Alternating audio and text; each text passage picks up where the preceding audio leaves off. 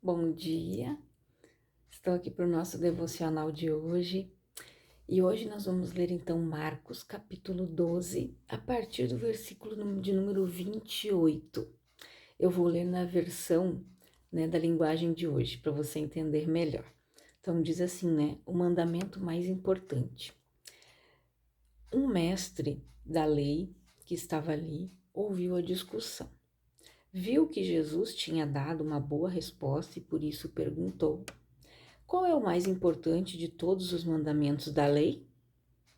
Jesus respondeu: é este. Escute, povo de Israel. O Senhor nosso Deus é o único Senhor. Ame o Senhor seu Deus com todo o coração, com toda a alma, com toda a mente e com todas as forças. E o segundo mais importante é este: ame os outros como você ama você mesmo. Não existe outro mandamento mais importante do que estes dois. Então o mestre da lei disse a Jesus: muito bem, mestre, o Senhor disse a verdade. Ele é o único Deus e não existe outro além dele.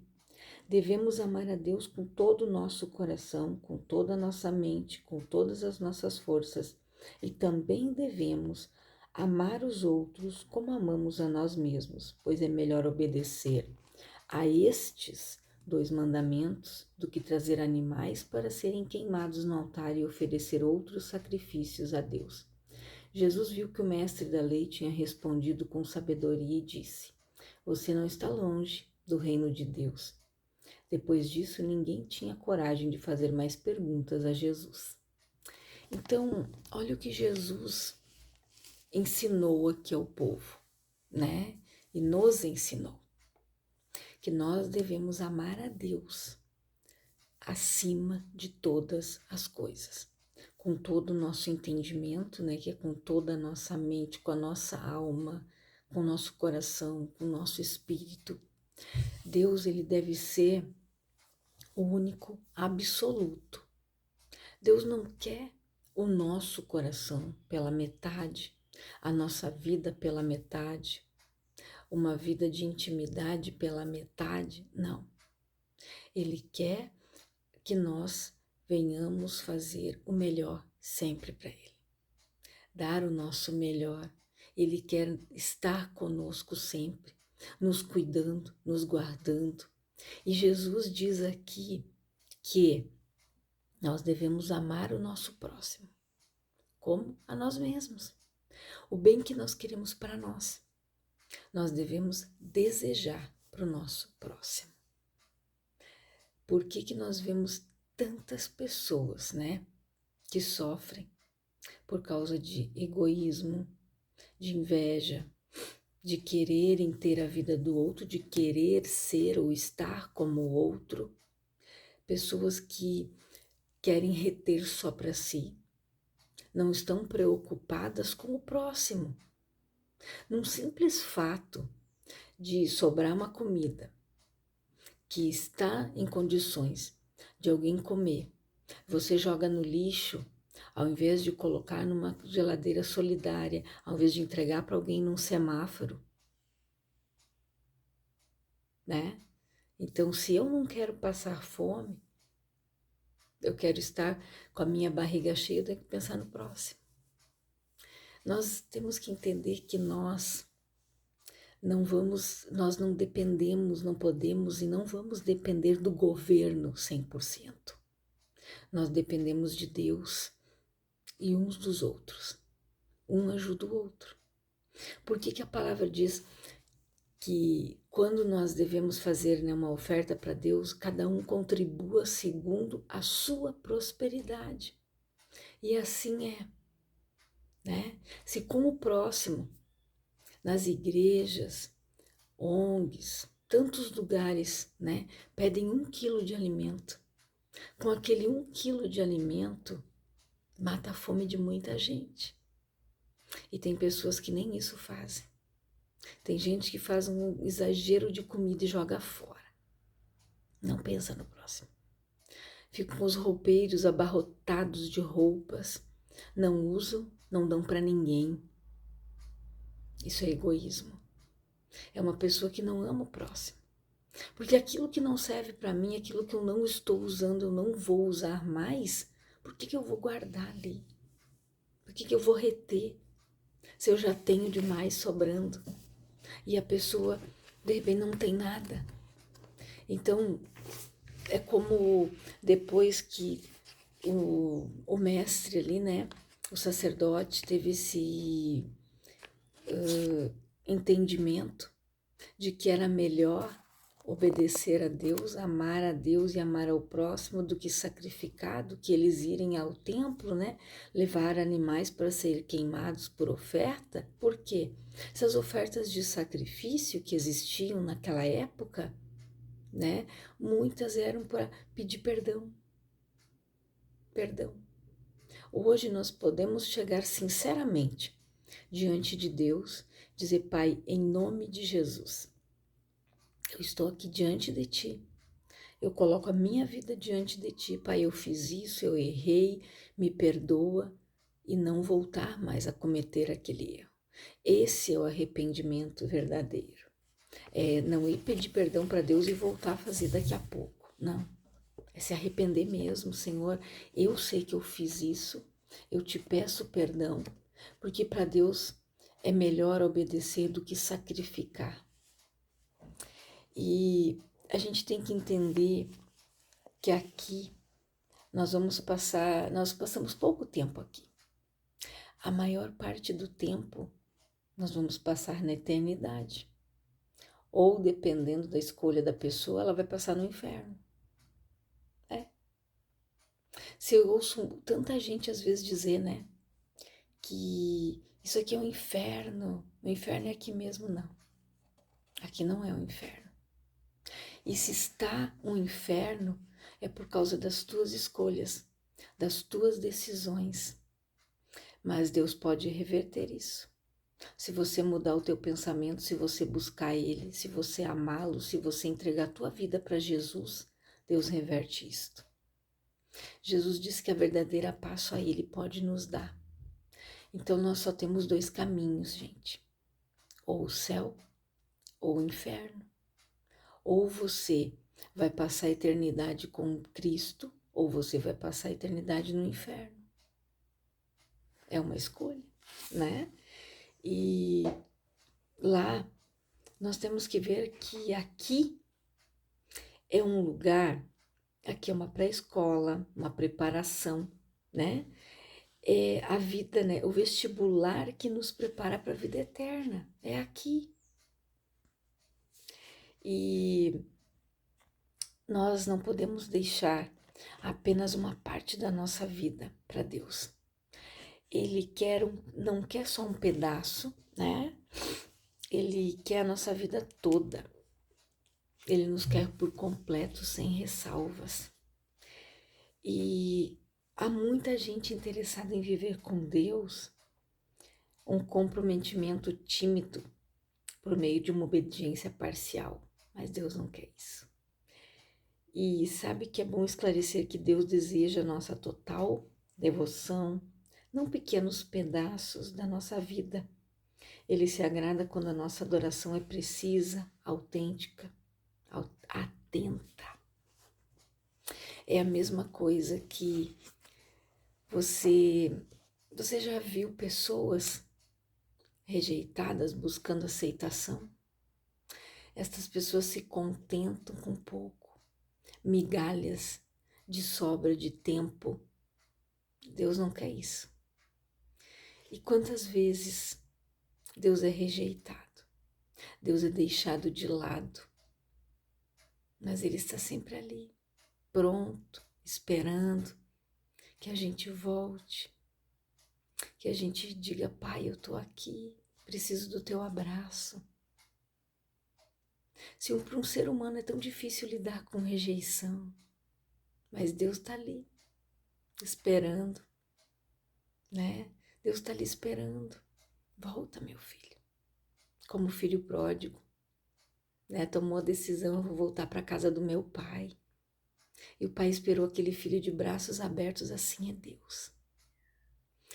A gente deve ter atenção, cuidado, zelo. Quando você for entrar na presença de Deus, não entre de qualquer jeito.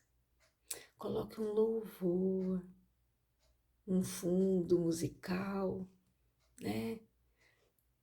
Ore, chegue diante dele, tenha intimidade com ele, converse com ele, coloque o teu coração como nós estamos conversando. Fale com ele, diga: Pai, eu sei que eu errei, eu fiz isso, eu me descuidei aqui, eu não fui atento, eu não fui atenta, eu não te busquei, Pai, da forma como eu deveria. Eu priorizei tantas coisas, Pai, mas deixei o Senhor e o reino de lado. Então busque o reino. Jesus disse: mas buscai em primeiro lugar o reino de Deus e a sua justiça. As demais coisas serão acrescentadas. Se você buscar Deus de todo o teu coração, as demais coisas Deus acrescenta na tua vida. Você não precisa se desesperar, correr, entrar em parafuso, entrar em desespero. Não. Deus acrescenta. Deus prove, né? E não adianta você querer viver uma vida parcial com Deus. Tem que ser por completo. Uma obediência pela metade não, tem que ser por completo. Deus não se agrada dos cânticos descuidados, preces mecânicas, vãs repetições, aquelas oraçõezinhas ensaiadas. Todo dia fala a mesma coisa. Não, não é isso que Deus quer. E a gente também não pode ficar, né, de idas e vindas a igrejas ou lugares santos de forma religiosa, com obrigação. Ah, hoje é sábado, hoje tem missa, eu tenho que ir na missa. Não. Deus, Ele quer que você vá, mas com o teu coração aberto para ir lá receber. Não importa, né? Se você vai na missa, se você vai a um culto, Deus, Ele quer que você busque a Ele de todo o teu coração. Que você saia de casa e diga: hoje eu vou cultuar a Deus. Hoje eu vou ouvir a voz dEle. Ele vai falar comigo. Não vai ser mais um culto, vai ser o culto hoje. É assim que você deve sair de casa, com esse pensamento.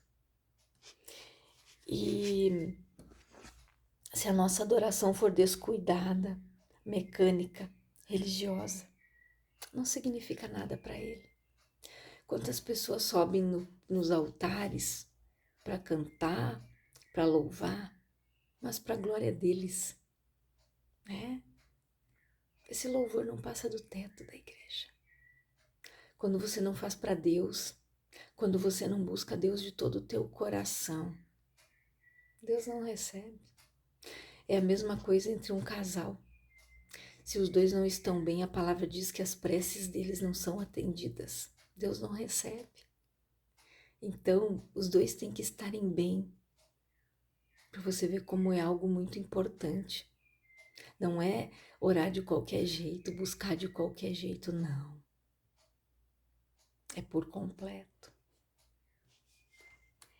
E tudo que Deus deseja é um comprometimento real, uma adoração prática que envolva toda a nossa vida. A intenção do nosso coração importa para Ele. Sua vida é importante e única. Até mesmo se você tiver um irmão gêmeos, né? Vocês vão ter diferenças em alguns aspectos, nenhum igual ao outro, só na aparência, se forem idênticos, né? E a começar pela identidade do Filho de Deus, ela é única. E se aprendemos a amar Jesus, o Filho de Deus, e nele confiar, já estamos convidados a passar a eternidade com Ele. Qual que é a sua decisão? Né? A escolha é nossa, a escolha é minha, é sua. Onde é que eu vou passar a minha eternidade? É uma palavra que é para nós refletirmos. Eu estou amando a Deus acima de todas as coisas? Eu estou amando o meu próximo como a mim mesmo? Reflita. nas tuas atitudes, como você tem agido, né? Quantas pessoas, gente. Ontem eu estava assistindo um vídeo sobre racismo.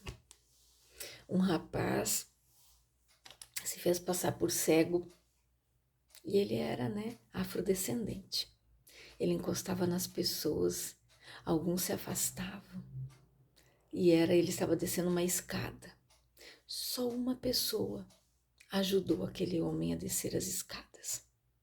Quantas pessoas têm racismo, quantas pessoas têm preconceito com uma deficiência, quantas pessoas não se aproximam de uma pessoa numa cadeira de rodas, quantas pessoas não amam o próximo. E se fosse você que estivesse naquela situação e as pessoas agissem assim com você, é isso que Jesus fala, empatia, nos colocar no lugar do próximo, ajudar, estender a mão, ter amor, gente. A palavra diz que o amor de muitos esfriaria e infelizmente está esfriando. Mas nós devemos cuidar para que isso se mantenha aceso no nosso coração. Ter amor, empatia, amar a Deus, ter esse amor que tudo suporta, espera, crê, só o amor de Deus. Quero orar por você, Pai.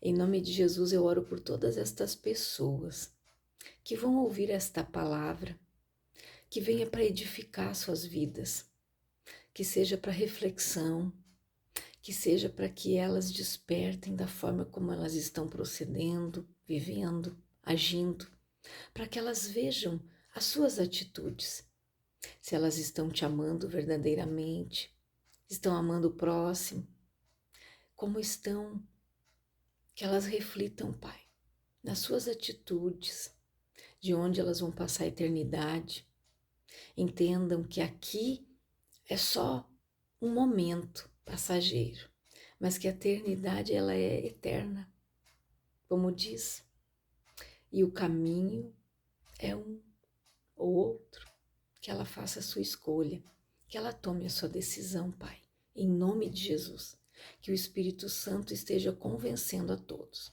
da justiça, do juízo e do pecado. Que Deus abençoe a tua vida, reflita nesta palavra, ore, peça perdão, busque a Ele, sente no colo dele, sinta o abraço, diga, Pai, preciso do teu colo, preciso do teu abraço, né? Como diz aquele louvor, eu preciso do teu afago, do teu abraço, do teu amor. É disso que nós precisamos e é isso que Deus tem para nos dar. Que Deus te abençoe grandiosamente em nome de Jesus.